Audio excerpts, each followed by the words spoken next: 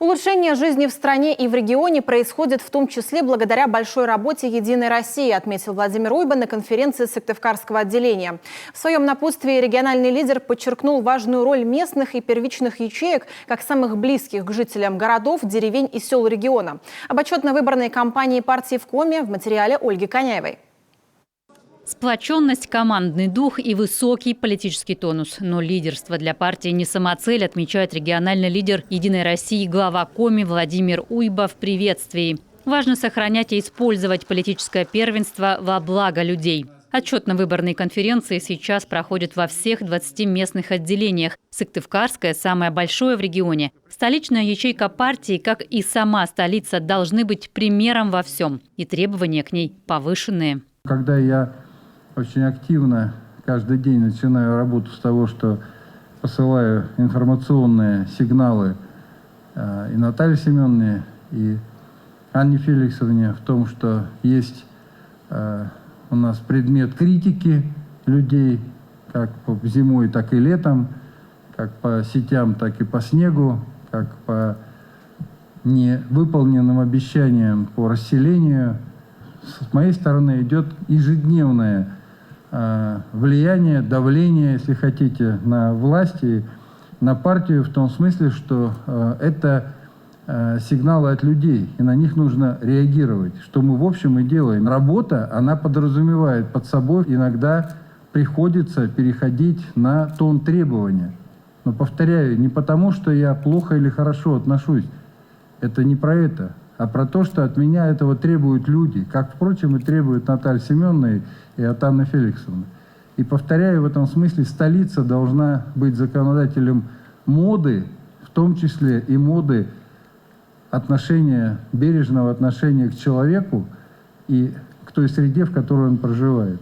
Подведение итогов за пятилетку – первый вопрос всей отчетно-выборной кампании. В регионе реализуют 15 партийных проектов на решение местных проблем из бюджетов разного уровня. Только Сыктывкарское отделение добилось выделения нескольких миллиардов рублей. В итоге конкретные результаты – благоустройство, комфортное жилье, новые соцобъекты. Благодаря работе координаторов проекта и депутатов в рамках проекта «Детский спорт» на улице Морозова в 2020 году появился физкультурно-оздоровительный комплекс открытого типа.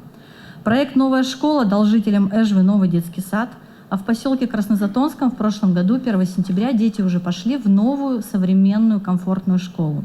Качество питания в школах и садах, раздельный сбор мусора, разбитые дороги и дворы, безопасность детских площадок и доступность среды. Партийцы решают вопросы в разных сферах, и многое удалось решить.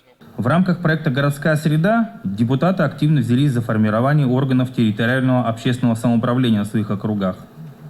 Часть депутатов прошла обучение и помогают горожанам в организации ТОС. На сегодняшний день в Сыктывкаре 10 ТОСов проходят процедуру регистрации.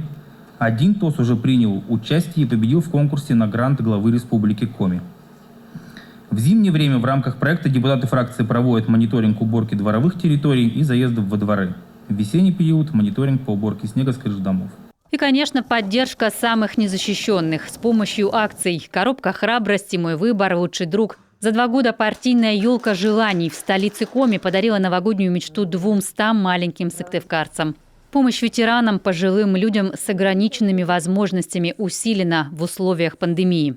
С марта 2020 года по настоящий период было принято более 1000 заявок от жителей города Сыктывкара. Доставлено несколько сотен лекарственных и продуктовых наборов. Отработано множество адресных точечных задач.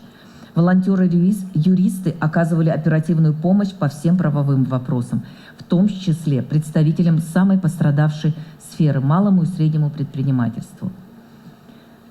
Целенаправленная помощь была оказана и самым главным героем этой борьбы с вирусом – нашим врачам. Секретарем Сыктывкарской ячейки партийцы снова избрали Анну Дю, она же председатель городского совета депутатов. Лидерами большинства местных отделений стали главы городов и районов. В одном лице руководитель муниципалитета и партийной ячейки. Такую политику поддерживает Владимир Уйба. Главная задача сейчас – сплотить единомышленников и синхронизировать управление регионом. Ольга Коняева, Олег Юшков, Алексей Паршуков, телеканал Юрган.